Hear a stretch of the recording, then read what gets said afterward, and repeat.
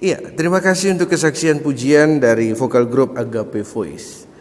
Iya, Bapak Ibu Saudara-saudara yang dikasihi Tuhan Yesus Kristus, kita akan masuk dalam pemberitaan firman Tuhan di hari Pentakosta ini. Mari kita rendahkan hati dan diri kita di hadapan Tuhan. Mari kita berdoa. Bapa di sorga, dalam Yesus Tuhan, ketika Engkau hadir di tengah dunia ini melalui Yesus Kristus Tuhan untuk menyatakan jalan pikiran Allah dan menyampaikan karya agung melalui kematian Yesus Kristus dan kebangkitannya sebagai karya keselamatan bagi umat manusia, maka setelah itu Engkau naik ke sorga dan Engkau berjanji akan menurunkan Roh Kudus untuk mendampingi kami umat-Mu sampai kami kembali ke dalam kemuliaan-Mu. Dan hari ini kami mengingatnya, mengingat rayakannya sebagai peristiwa iman yang Tuhan nyatakan bagi kami. Untuk itu Tuhan, ketika kami bersama merayakan peristiwa Pentakosta ini, kami membaca, mendengar dan merenungkan firman Allah masuk ke dalam hati kami, pikiran kami, menguasainya dan memberkati kami. Bahkan Roh Allah yang bekerja sangat aktif sehingga kami semua sungguh-sungguh menghadirkan buah-buah Roh itu. Berfirman atas kami Bapa, dalam Yesus Tuhan kami sudah berdoa. Amin. Iya, Bapak Ibu yang Tuhan Yesus kasihi, bacaan kita pada hari ini di hari Pentakosta dari Perjanjian Lama, dari Yoel pasalnya yang kedua, kitab Yoel pasalnya yang kedua, ayat 28 sampai 29. Yoel pasal 2 ayat 28 sampai 29. Kalau Bapak Ibu sudah menemukan bahan bacaan kita, saya undang kita berdiri untuk mendengarkan firman Tuhan dari Alkitab. Bacaan Alkitab hari ini terambil dari Perjanjian Lama, Yoel pasal 2 ayat 28 sampai 29 yang menyatakan, Elai memberikan judul Hari Tuhan. Kemudian daripada itu akan terjadi bahwa aku akan mencurahkan rohku ke atas semua manusia. Maka anak-anakmu laki-laki dan perempuan akan bernubuat. Orang-orangmu yang tua akan mendapat mimpi. Teruna-terunamu akan mendapat penglihatan-penglihatan. Juga ke atas hamba-hambamu laki-laki dan perempuan akan kucurahkan rohku pada hari-hari itu. Demikian pembacaan Alkitab. Berbahagialah semua orang yang mendengar firman Tuhan dan melakukannya. Terpujilah Tuhan Yesus. Haleluya. Silakan duduk Bapak Ibu. Iya, Bapak Ibu, ketika saya membaca bahan renungan kita di minggu-minggu, baik minggu lalu, hari Rebu sampai hari ini atau sebelumnya, saya temukan bahan bacaan kita ini berkaitan mengenai situasi konteks yang berkaitan sekali dengan situasi saat ini. Bayangkan minggu lalu bahwa Tuhan bicara dalam bencana, ya, bencana yang kita alami. Bahwa Tuhan punya maksud di dalam bencana itu untuk kita. Bahkan dalam perenungan firman Tuhan, di dalamnya Pak Pendeta ada menyampaikan bagaimana orang kalau mau dipulihkan, ada obat yang paling manjur, yaitu dia harus bertobat dan berbalik kepada Tuhan. Nah, di minggu ini, di minggu Pentakosta, hari Pentakosta, tema renungan kita dipulihkan oleh Roh Kudus. Saya mau menyampaikan bahwa semakin jelas apa yang Tuhan inginkan, rindukan dalam konteks hidup kita sebagai umat Tuhan. Bahwa janji Tuhan untuk kehidupan orang-orang percaya tentang pemulihan akan dilaksanakan, akan dilakukan, akan dihadirkan bagi mereka yang sungguh-sungguh hidup di dalam pertobatan. Pemulihan oleh Roh Kudus. Ketika kita mengalami sakit, kita ingin sembuh. Dan coba ketika kita sakit sebagai orang percaya, kita sebut Tuhan, tolong. Ketika kita bergumul, kita menghadapi masalah, kita seakan-akan tidak menemukan jalan keluar, kita menyebut nama Tuhan, tolong, supaya memulihkan kita dari semua pergumulan kita. Atau masalah apapun yang kita hadapi dunia ini, kita minta pemulihan. Ya, apakah Tuhan memulihkan? Pasti Tuhan pulihkan. Dan pada bacaan kita pada hari ini mau mengajak kita melihat bagaimana Tuhan memulihkan sebuah situasi, sebuah kondisi dalam janjinya. Yoel mau menggambarkan begini, janji Tuhan untuk orang Yehuda, Yerusalem, bahkan Israel 10 suku itu, bahwa Tuhan akan memulihkan situasi mereka. Dia akan menghadirkan damai sejahtera, dia akan menghadirkan banyak hal yang baik dalam kehidupan mereka. Dan pemulihan itu total dialami dan dirasakan adalah ketika Tuhan campur tangan turut bekerja untuk mereka. Ketika Tuhan turut bekerja untuk mereka, mereka baru bisa pulih. Kalau mereka manusia, kita ini hanya sampai permohonan dan pertobatan dengan sungguh. Tapi pemulihan itu dikerjakan oleh Tuhan. Nah, dalam konteks Yoel, dalam konteks hari Tuhan yang akan datang, bahwa Tuhan akan memulihkan umatnya. Dan pekerjaan itu dilakukan oleh apa? Oleh Roh Allah, oleh Roh Kudus. Makanya tema kita dipulihkan oleh Roh Kudus. Dan bacaan kita ayat 28 sampai ayat yang ke-29, bagaimana roh itu pada hari Tuhan, mendekati hari Tuhan, dicurahkan untuk semua orang yang berseru di dalam nama Tuhan. Coba kita lihat bacaan kita. Ya, ayatnya yang ke-32. Yoel pasal 2 ayat 32. Dan barang siapa yang berseru kepada Tuhan akan diselamatkan. Sebab di Gunung Sion dan di Yerusalem akan ada keselamatan, seperti yang telah difirmankan Tuhan. Dan setiap orang yang dipanggil Tuhan akan termasuk orang-orang yang terlepas. Jadi pada hari itu, mereka yang berseru di dalam nama Tuhan, Tuhan bekerja untuk mereka. Dan Tuhan bekerja melalui rohnya yang kudus. Roh Kudus diturunkan, Roh Allah diturunkan untuk orang umat yang percaya, yang berseru di dalam namanya.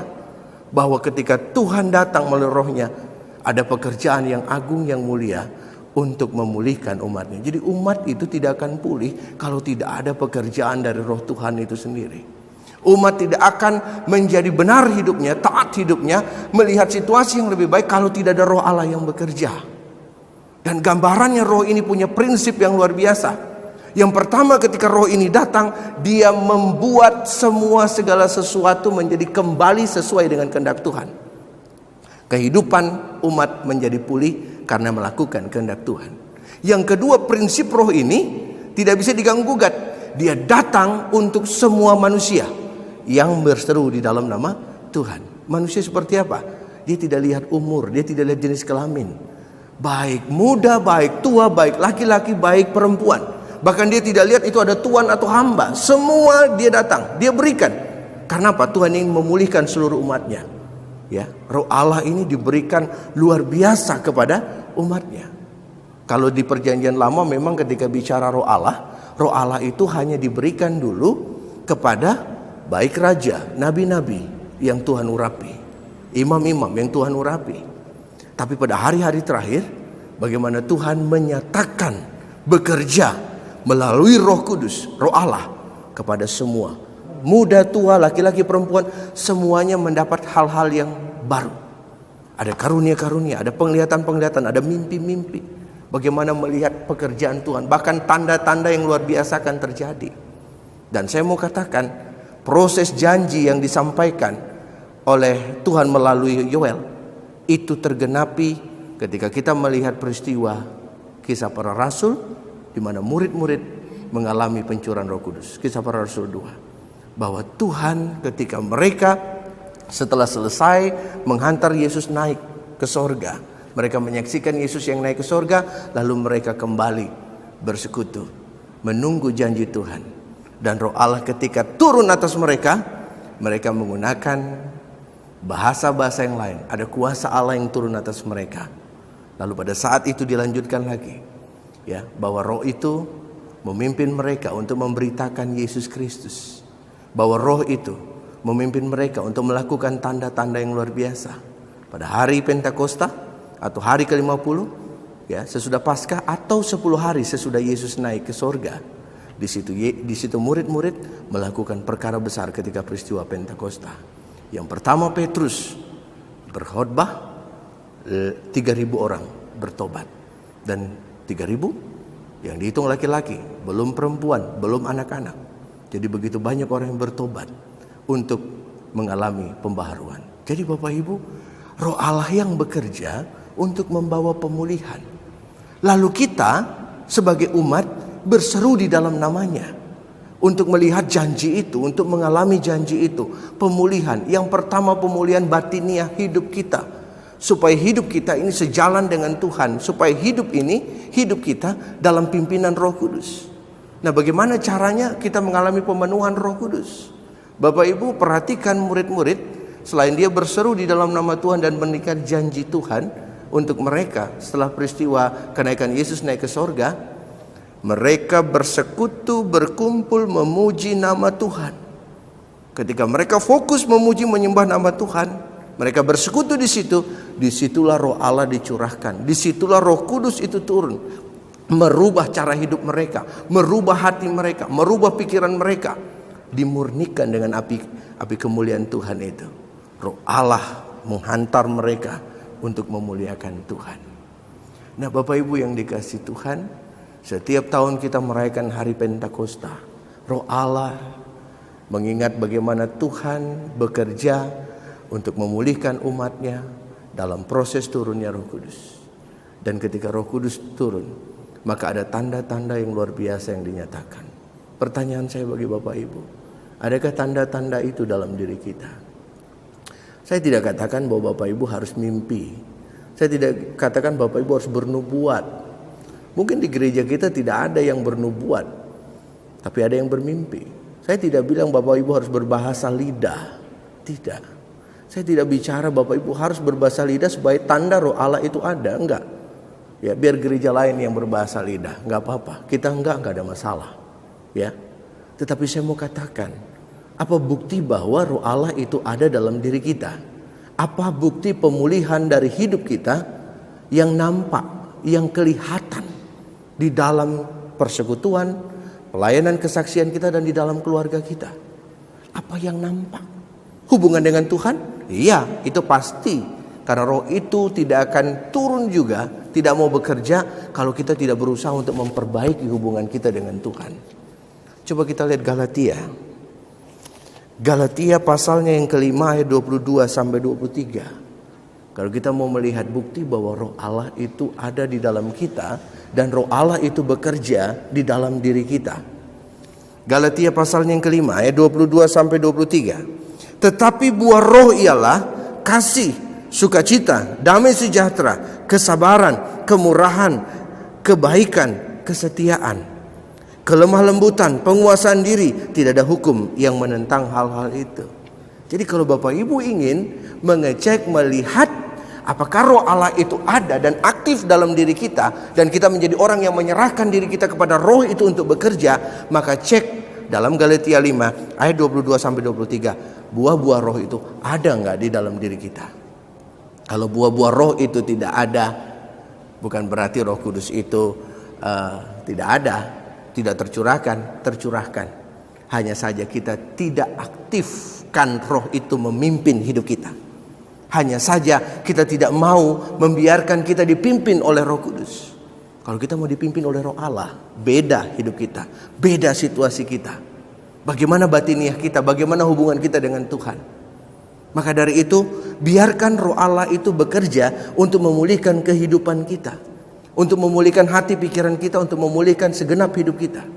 Biarkan Roh itu bekerja untuk menyatakan bahwa hadirat Allah menyertai saya dan saudara. Biarkan Roh Allah itu bekerja untuk mengatakan kebaikan Tuhan bagi sesama. Dan ingat, ketika Roh Allah itu ada, murid-murid memberitakan tentang Yesus. Kita memberitakan tentang Yesus enggak? Melalui buah-buah hidup kita. Coba kita renungkan, Ibu Bapak, supaya ketika di minggu hari Pentakosta ini, di hari ke-50 sesudah Paskah, atau hari 10 hari sesudah kenaikan, kita benar-benar merasakan Roh itu aktif bekerja di dalam diri kita. Kalau Roh itu bekerja aktif dalam diri kita, maka saya mau katakan, ketika kita berserah, maka buah-buah Roh yang tumbuh dalam diri kita. Bukan keinginan kita, tapi buah-buah Roh itu. Ingat, ketika Bapak Ibu ingin mengukur apakah Roh Allah itu ada dalam diri kita, lihat Galatia 5 ayat 22-23. Oh, Roh Kudus itu ada, saya setengah-setengah melakukan.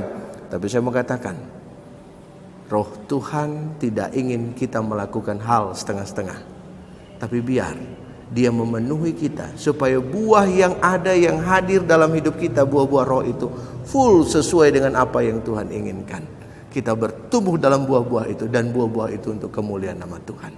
Maka dari itu Jemaat GPIB Benowo Surabaya, saya berharap Roh Allah yang Tuhan karuniakan dalam hidup kita tidak kita sia-siakan. Ketika kita sudah dipulihkan, peganglah pemulihan itu. Jangan main-main. Jangan main-main dengan Tuhan. Ketika Tuhan sudah mengampuni dosamu, Tuhan sudah memulihkan hidupmu, Tuhan sudah memberkatimu, sudah mendampingimu dalam tahun-tahun hidupmu, pergumulanmu, melewati masa-masa pandemik saat ini, ya, tetap hadirkan buah-buah Roh itu. Ini bukti, ini barometermu untuk mengukur apakah kita tunduk sama Tuhan atau kita melawan Tuhan. Roh Allah tetap ada pada kita karena Dia sudah mencurahkannya. Tetapi jangan buat Roh itu berduka karena perilaku-perilaku kita. Karena hal-hal yang kita buat di luar daripada apa yang diinginkan Tuhan. Ibu bapak, saudara-saudara, Tuhan memberkati kita semua. Amin.